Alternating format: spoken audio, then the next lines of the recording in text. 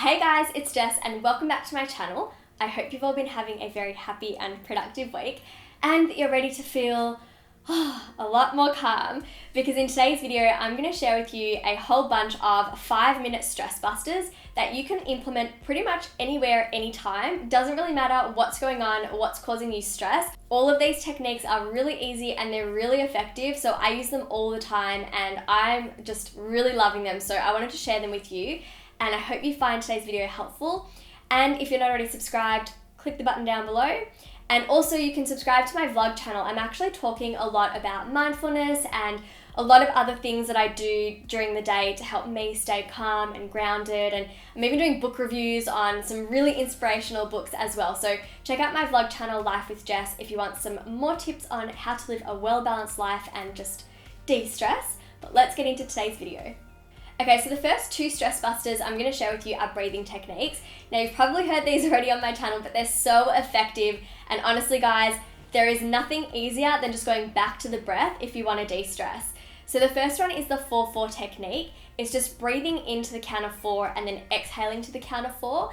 It's all about deepening your inhalation and exhalations, and also just taking a little bit more time with your breathing, making sure it's very deep belly breathing and that you're not just doing this rapid breathing from your chest. Usually, if you are feeling quite stressed, you'll notice that your breathing is more shallow and it's not actually in your diaphragm, it's a lot more up here. So just be mindful of that when you do these breathing techniques. I actually like the idea of putting my hand on my chest and then my other hand on my belly, just so that I'm mindful of where I'm breathing into in my body, because where you focus your breath is going to make this technique a lot more effective. So yeah, try not to breathe from your chest and aim for the belly. Now, the next kind of breathing technique is a little bit different. You want to inhale to the count of 4 and then lengthen your exhalations to actually be longer than your inhalations. So breathe into the count of 4 and then exhale to the count of 6. If you can, try and even lengthen the exhalations to be even longer than 6 counts. Sometimes I'll be able to get up to 12 counts, but that's usually at the very end of a yoga class when I'm feeling quite relaxed and I've just been focusing on my breath for a good hour.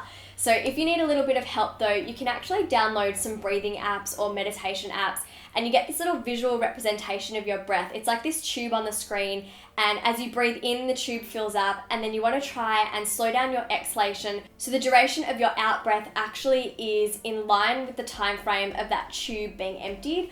This tip is one I actually only picked up really recently when I went to a seminar, and they were talking about the catastrophe scale. So on a scale of 1 to 10, 10 being something absolutely horrific, like your loved ones have been killed in an accident, God forbid, but something really, really, really bad. And then a 1 on that scale could be something that's a bit of an inconvenience, it might just bother you, and it could be like misplacing your phone. I won't say losing your phone because that could probably be more than a 1 on a scale of 1 to 10. It's all about putting things into perspective. So for example, if you're giving a public speaking presentation, then it might be more like a 5, even if it feels like a 10 at the time and you're freaking out and you're feeling really anxious about giving that presentation. If you put it into perspective and say, okay, if 10 was something really detrimental that happened to my family members, the people that I love, would this presentation be a 10? Probably not. It wouldn't even be a 9 or an 8. Trust me, you're going to realize that what you were freaking out about is going to be a little bit more like an ant versus an elephant. The next tip is to head to the bathroom and wash your face. Just splash a bit of cold water on your face, whether you're at school, college, you're in a cafe and you're feeling quite stressed, or you're at home. It's just another sensation to get you more present and mindful of where you are at the moment and out of your mental chatter, which can be quite negative and detrimental, and that's what makes you stressed in the first place. Another thing that I actually found out was if you run your wrists under the tap and it's warm water and you just close your eyes and focus on your breathing, just be mindful of the sensation of the water on your wrists. The skin on our wrists is very sensitive and it's quite thin. So it's a really good area just to even rub some essential oil on or run the water on top of it.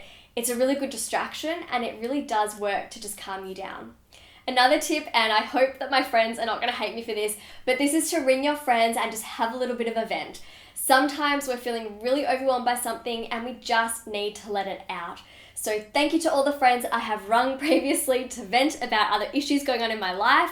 I really appreciate it. You can even ring your parents, or if you live at home with your family, just have a chat with your parents or a sibling. just talking about things that are on your mind really does help to just let things go. It doesn't really bother you as much when you find someone that you can confide in and just get some extra support. So have a bit of a vent, even just for 5 or 10 minutes, and usually they'll come up with some really good strategies as well. And if not, they're just there to give you a hug, and that actually does help. The next tip is to reorganize your desk. So if you have an organized desk, then you're actually not only decluttering your physical space, you're decluttering your mind. You're able to focus a lot more. And I don't know about you guys, but when my desk is clean and tidy and it's a lot more minimalistic, I just feel a lot more calm and relaxed. I'm very much a creature comfort kind of person, so my environment does affect my mindset. So even just take about 5 or 10 minutes just to tidy up your desk. It also gets you out of your head and all that mental chatter because it gives you something to do. And I actually do that pretty much every day, not really to manage my stress, but just to avoid getting stressed or overwhelmed by my workspace. Next one is my absolute favorite type of tip to do. It's something I do every day, which is to make a cup of tea.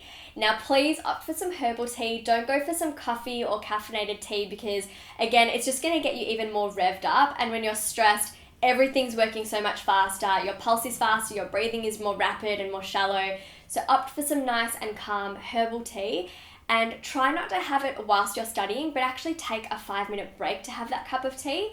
It just helps to slow things down and you'll feel a lot more calm as well. Another tip, it probably wouldn't take 5 minutes, maybe 10 to 15, but I think it's a really good idea just to go for a bit of a walk around the block. You might even just want to go down the street and buy some fresh flowers for your desk and then come back, but just something that gets you away from your working environment and gets you out into the fresh air. It really does help just to get you out of your mind. And yeah, I don't know, I just find that you don't have to actually exercise full on for 10 or 15 minutes. Just going for a gentle walk or a brisk walk can really do the trick. Now, this tip is clearly one that I got from going to yoga. It's to put your legs up the wall. So if you want to just pop a pillow under your backside and then scoot up against the wall and put your legs up, it's a really relaxing and restorative pose to do. It gives you this lovely, calm sensation and you feel all the blood drain from your feet and go back to your brain. It reoxygenates your brain and it gives you a fresh flow of blood throughout the body as well. And there's something about just being upside down that, I don't know, it's like all of the stress falls right out of your head. I don't know if you guys have experienced that before, but whenever I'm upside down with my legs up the wall or in any other kind of yoga pose, then I don't know, I just feel like all of that stress falls out. Maybe it quietens my mind and I don't think as much, but it definitely does help to slow down the body. This tip I think I actually mentioned in my previous video, which is to remove yourself from the situation even for just a couple minutes. So I remember one time I was trying to film for you guys and I think I did like 20 takes for an introduction. It was ridiculous. I rang Adam and I was basically about to cry because I was getting so frustrated in myself. It was like, it shouldn't have been that hard. So I ended up removing myself from the study and I actually just put my legs up the wall in the kitchen and just had a little bit of time to myself. And I'm serious, I came back after about 5 minutes and I smashed out the intro in one go. The next tip is probably not one that you could do in an exam or in class. You might be able to do it in class if it's a bit discreet, but it's just do some drawing, doodling, and colouring. So I have an adult colouring book and I actually have this awesome gold embossed colouring poster that I'm sort of starting on. I haven't really done that much. I've done a few butterflies and a couple of leaves. I'm getting there. But if you wanted to do some colouring, it's a really good thing to do because it helps with mindfulness and it really does just help to relax you. The next is to burn some essential oils, and you guys know I love lavender oil because I find that to be the most calming and relaxing scent. I also like to burn lemongrass because it reminds me of being in a day spa, like when you get a massage. If you guys think of something in particular like that when you smell lavender or lemongrass oil, please comment below because I feel like I'm not the only one. But sometimes I'll rub it on my wrists and then behind my ears. I actually got that idea from Mimi Icon, another YouTuber. And other times I'll just burn it in my oil burner in the main room of my apartment, or I've actually got a lavender perfume spray too. Last tip is probably the most fun thing to do, it is to eat. So if anyone has seen that Mars bar or Snickers ad where it's like, dude, you're not yourself when you're hungry, I am so like that as well. I'm much more likely to feel more anxious and a lot less calm or grounded when I haven't eaten. It's really important that you do take some time out to be nourishing your body from the inside out because food really does help to reduce anxiety and stress levels. And a lot of the healthy foods out there are going to protect you, protect your immune system. As I say, a healthy mind is linked to a healthy body. So you really do need to look after your body in order to see those benefits shine through in your mental health as well. Okay guys, so they are my quick and easy 5-minute stress buster techniques for students. You can pretty much implement them at any time, in any place, and I have found them to be really helpful for me. I do them all the time. I use them pretty much daily, and you don't have to wait till you're feeling really stressed to do them. You might just want to add them into your daily routines, and it's just a way to stay on top of your stress levels. So if you guys enjoyed this video, then thumbs up to let me know and subscribe down below.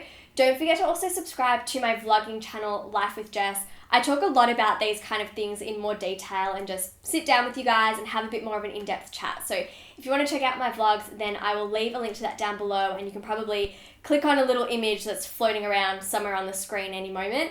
And yeah, check out some cards and my previous video over here, and I'll see you guys next week with another one of my videos. Have a happy and productive week, and I love you guys very much. Bye!